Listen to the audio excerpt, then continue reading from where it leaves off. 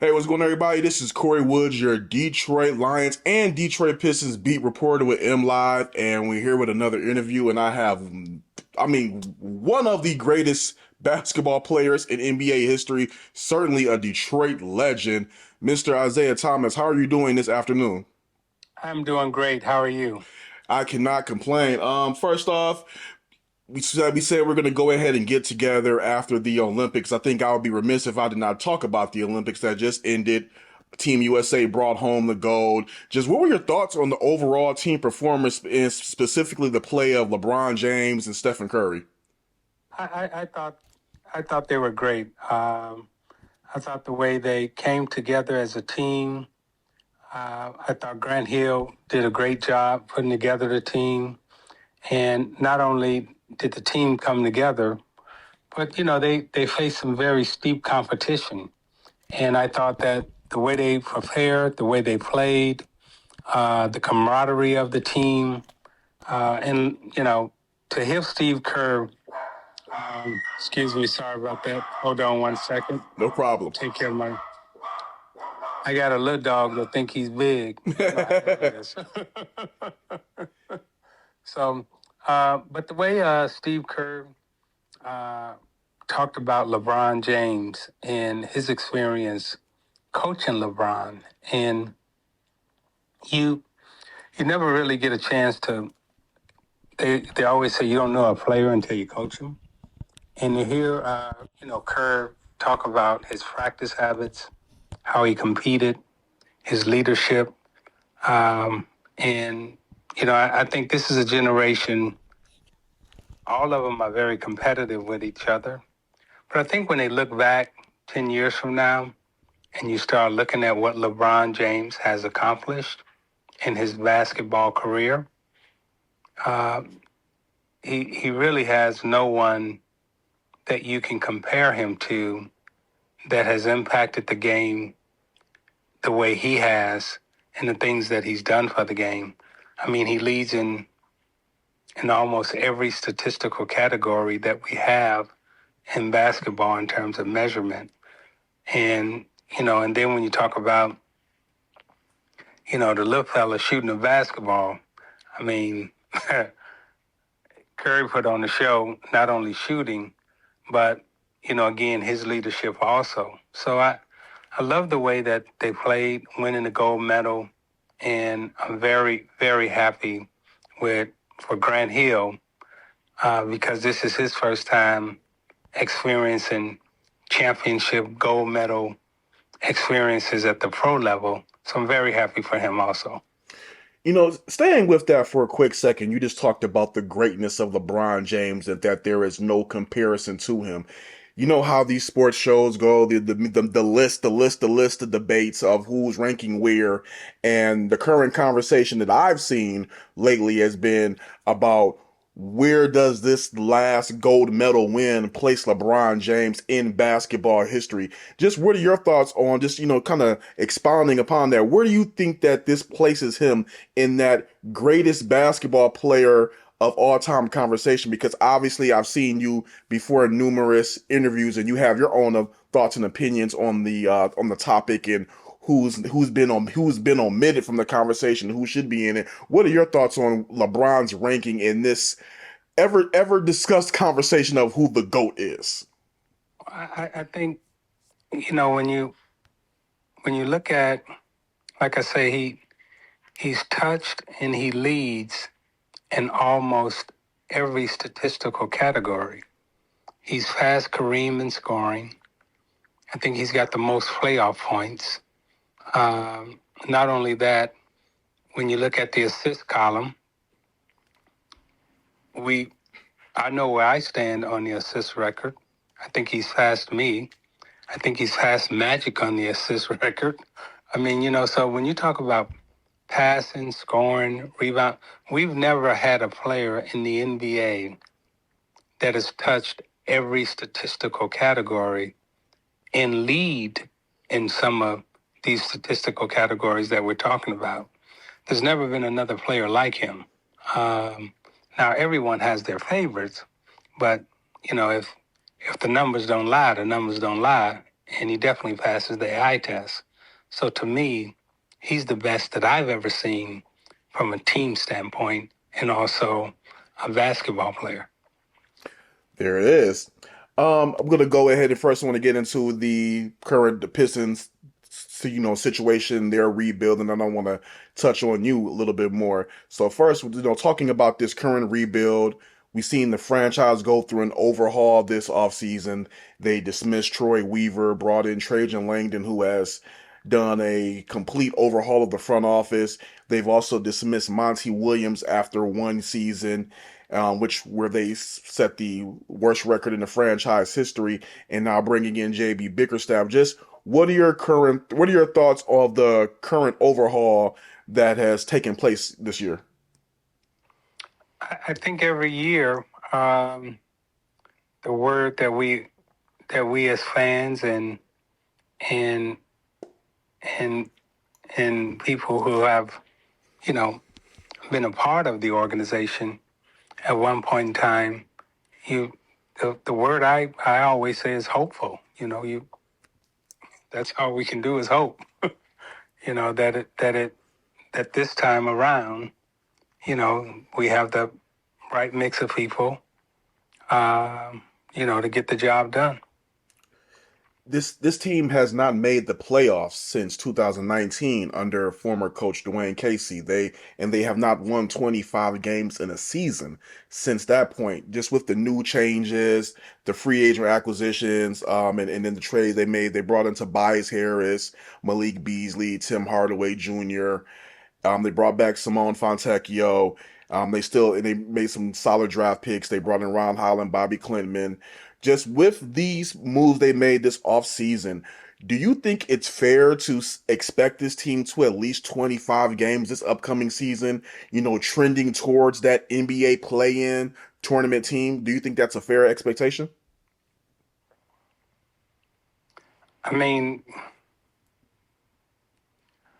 I I when I talk about the Detroit Pistons, I always talk about the Pistons having very high standards.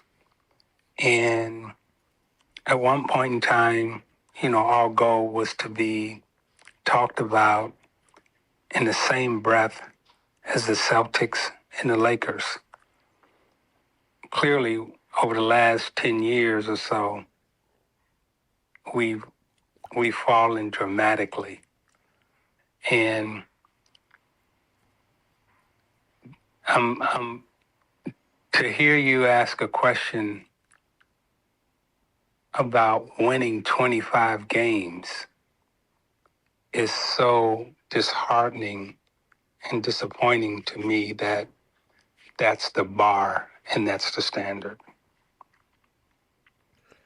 Yeah, I totally understand. I don't know if I was cutting you off, but yeah, I totally understand it. Just because off of what you and your team has done, off of what the going to work era has done, it's kind of also segues into that. The going to work era from 2003 to maybe 2002, 2002, 2003 to 2008, they had their era, they had their standards. Obviously, the bad boys, you guys, you had your standards. You set the bar for what this franchise is about. Seeing the way that things have turned about, where this team is lacking that identity that a bad boys had or that a going to work team had, what would you say would take for this young group to establish its own identity and to follow it and to go along with that? If they were listening to this interview and you could impart some words of wisdom on them, what would you say to show them or encourage them on developing one? Uh, you know, we represented the state of Michigan, and we represented Detroit City. But if you gotta you gotta represent the people, and you gotta play for the people, and that's got to be the whole state of Michigan as well as 313, and that's, to me, that that's been lost. And so I would, I would encourage all of the players to just try to win every game. Do the best you can and try to win every game. To kind of round out with talking about these guys before we get into you, another aspect of Pistons basketball is that the championship teams have been known for having great backcourt tandems. There's you and Joe Dumars, both of you ushered in the two titles. Both of you won Finals MVP.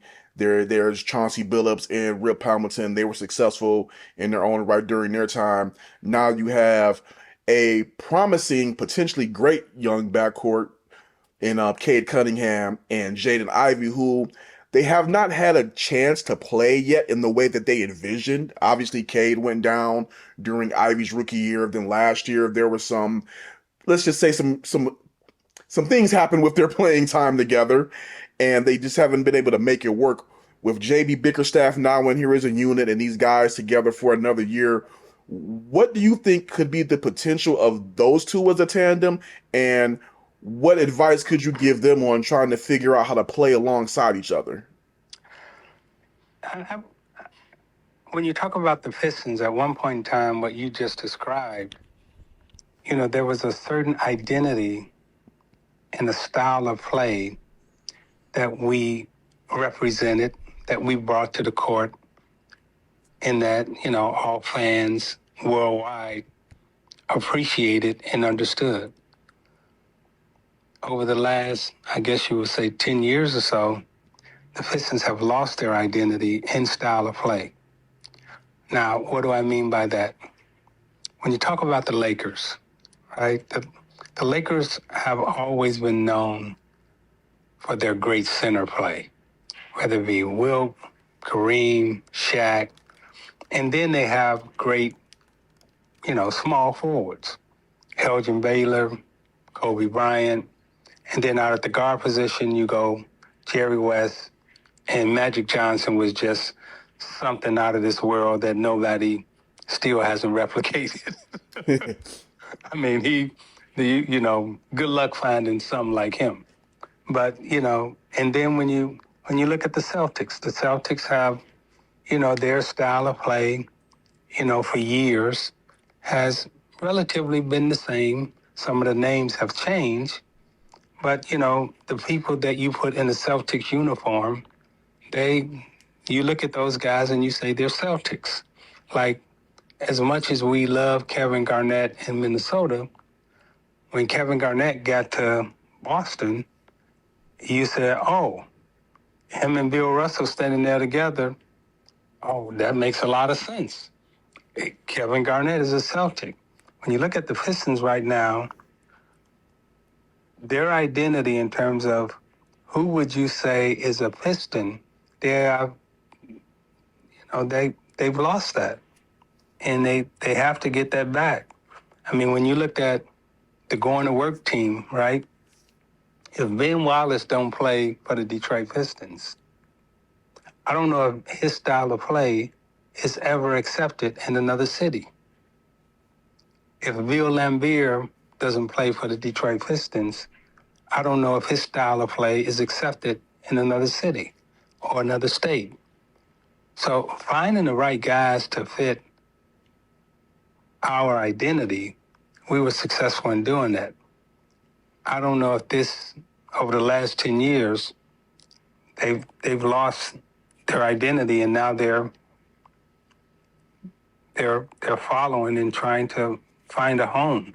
When I say find a home,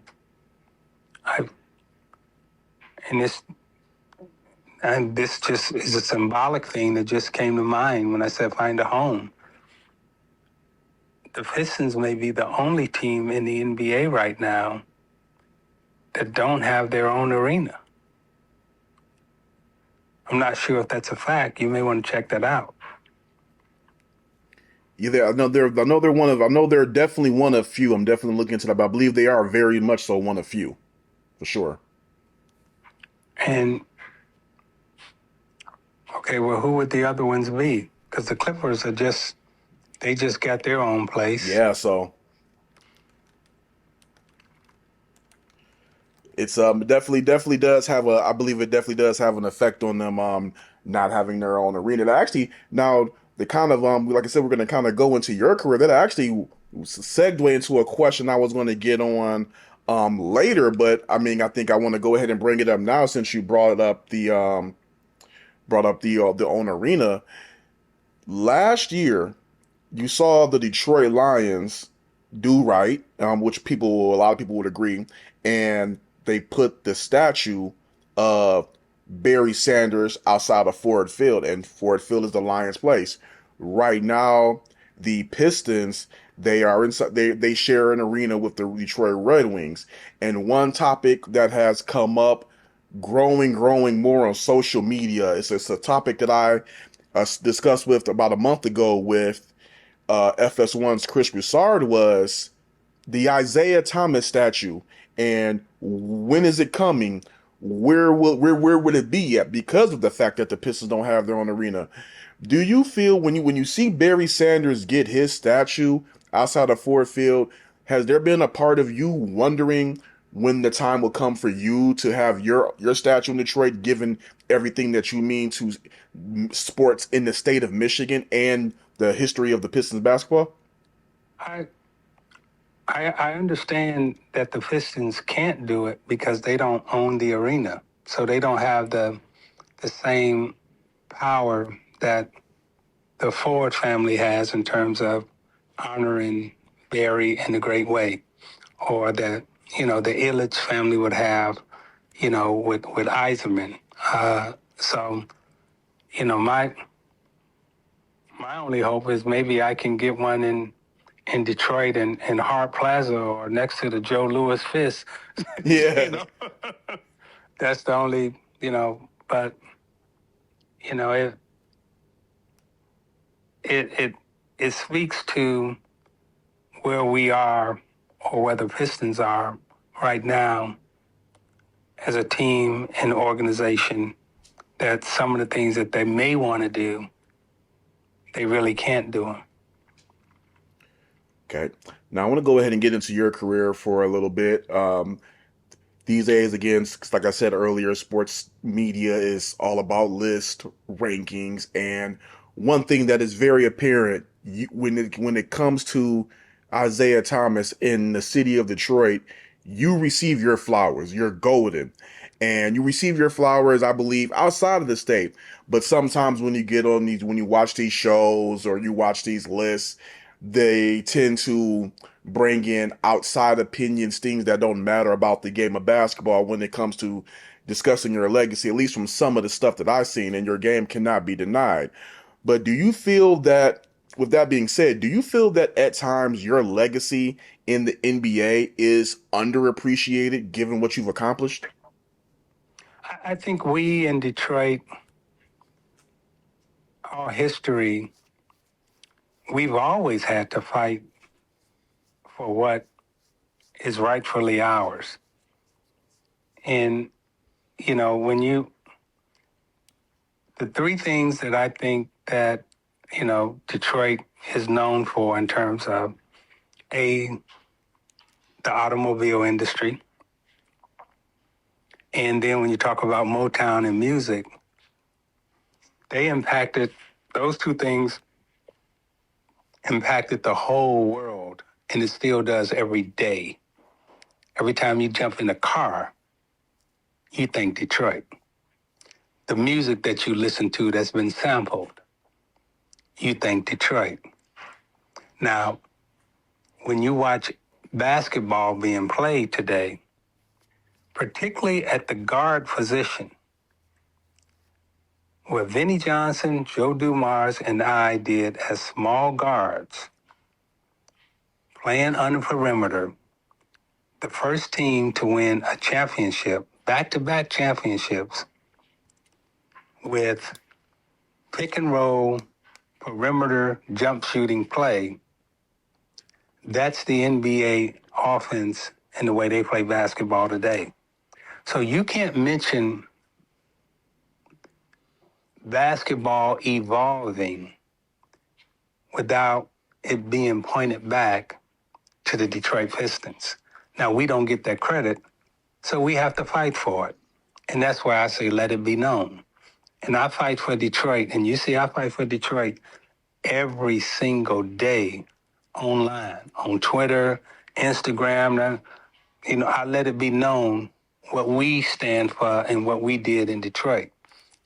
I fight for Detroit every single day. And and I'm just giving you facts that you can go back and document and research and everything else.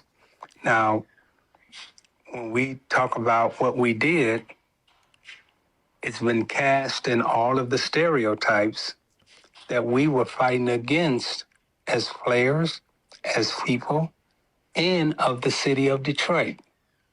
The stereotypes and the negative language that was always cast on Detroit and on basketball in general and on people in general in Detroit.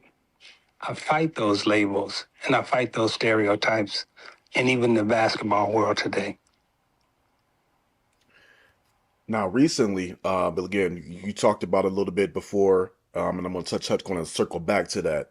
You talked about Magic Johnson, and you said that paraphrasing what you said, we haven't seen nothing like him, and they're now talking about. I've seen some comparisons of Stephen Curry to Magic Johnson. This is going to be a two-part question. What do you say about conversations that people have where they try to catapult Stephen Curry over Magic Johnson's legacy? Like I've seen some people say that Magic Johnson cannot do what Stephen Curry has been doing in the NBA today. And on the second part of that is on that greatest list of point guards of all time, where do you see yourself if you were in charge of these rankings? Well, I know who's number one, and that's Magic Johnson. We ain't never seen nothing like him. And when you talk about what he was able to do, I mean, that there's no player that really compares to him. Now, there's been some that are similar, but ain't nobody like Magic. Well, no, so let's not even have that conversation. Okay. Because he's the one, right? And now when you get to small players like myself and Kory, who have won, it's a good conversation and it's a good debate because we both have won, but we did it differently. Now, people can choose which one they like the most, but there's no argument that we both did it and we both won. So, it's a matter of taste. And I'm just happy as a small guy to be in the conversation. So if I'm in the conversation, I'm fine. But, when it comes to number one, that's Magic Johnson. Now, with this new generation, I mean, I'm just going to go ahead and say it. I don't know how many of them are familiar with your game and what you've done for the league. I know I am because my father drilled it into me. Like, he was a big basketball fan, so I mean, he loved Magic, but in his house, Isiah Thomas was golden. So you are what I know. But but in this day and age of YouTube being available, all of these NBA libraries being accessible, if there were some kids from this generation that wanted to see what Isiah Thomas was about and how much he impacted the game of basketball, what is maybe one or two games you would tell them to go look up? I would say this to you. We are in the year of 2024. And I played in the 80s and retired in 94. The players of today, the point guards or the guards of today, are just starting to play the way I played in the 80s. You can take my game and put it in any era. The way I played some of the guards in the NBA at the point guard position are just starting to play that way. That's how far ahead of the game I was. And that's how much I changed the game and changed the position. Most def. Now, as a historian, I got two more for you before we end it again. Just want to thank you for taking your time out today. As a historian of the game, and we know you're a historian of the game, we see it online, we see it in interviews. Who are your top five players of all time and why?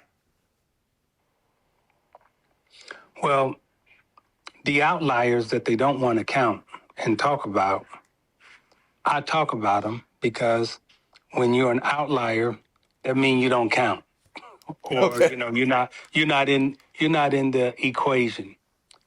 So you can't have who's the greatest without talking about the big guys. So you got to talk about Wilt Chamberlain, you got to talk about Kareem, and you got to talk about Bill Russell. Okay, now we get to the other two, right? Or if we just doing a Mount Rushmore, then we get to the other one. But I'll make it two, so it'll be five, like a game of basketball. Now you say, okay, well, who are the next three that you're debating?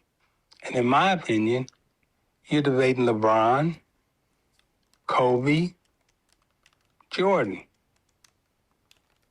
Those three are in the mix.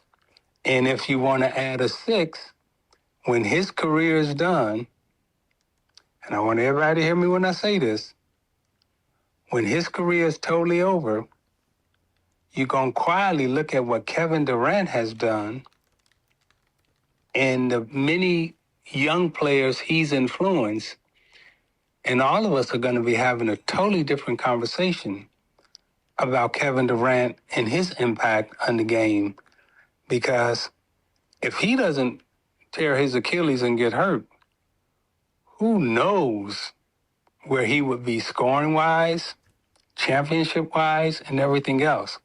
But I just think, as time progresses, he's going to be in this conversation. All right, so you hit me with seven, so right now that'll be your top seven. So Okay, well, I got to go 8 because I'm putting Magic in there, too. okay. I always got to put Magic in there, so I'm going to do 8. All right, cool. Fine by me. And just the last one, and this is a very important one to me, and I know it was to you. I've heard this in various interviews from your time with the Pistons that you made a request, maybe even more so a demand that there is a black African American reporter in the media pool. And for the past 30 plus years, the Pistons are one of the few organizations, maybe the only one right now, to have an all black beat, something that I'm currently a part of.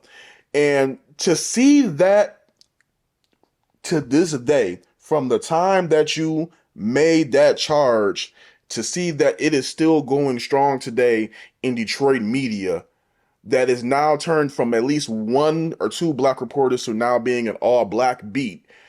Does that give you any sense of pride that the work that you fought for, the black press, the African American reporter has pretty much changed the game to this day? Yeah, yes, it does. And I was just awarded by the NABJ the Sports Pioneer Award for changing the way journalism is covered in the NBA, because the diversity now that we have. And when I first came into the NBA, there were no black editors and maybe one or two black reporters in the NBA covering the sport. And what I demanded and always talked about was that we need to open the doors, and so everyone can come in and have access, because the way we were being covered was only through the gaze of the white male's perspective in his eyes. And I thought we needed not only more females, but more diversity covering. So, and it just made it better because now we got more opinions, but Detroit, again, was the start of that. And what I'm very proud of in Detroit, that every beat writer that covered our team went on to become a columnist. Every single one of them. From Drew Sharp to Terry Foster to Brian Burwell to Clifton Brown. I mean, and when you look at everyone who covered our team, they went on to become columnists. So we were able to give them access, keyword access. They got access, they got stories, and then they got to shine. People got to see that, okay, damn, Kory can write. Kory good, so you get access. And in Detroit and in the state of Michigan, which we represented, and I felt that I represented it, we wanted everyone to know who we are, what we stand for, and what we're capable of. So we were the first small market team to really have this type of success in the NBA. Now they give it to San Antonio, but everything that we did, San Antonio basically replicated. But the Detroit Pistons in Detroit, we were the first small market team to roll up with 50, 60,000 people in the arena. Well, Mr. Thomas. These are facts. These are facts. These are things that you can research. And I know some people will be opinionated, oh, you just did it, well, I'll let it be known and, go research it. And if you find that anything that I've said is not accurate, call me out on it. And if I find that it's not accurate, hey, I'm man enough to say, okay, you're right. But when I'm right, I want everybody to say, okay, you're right.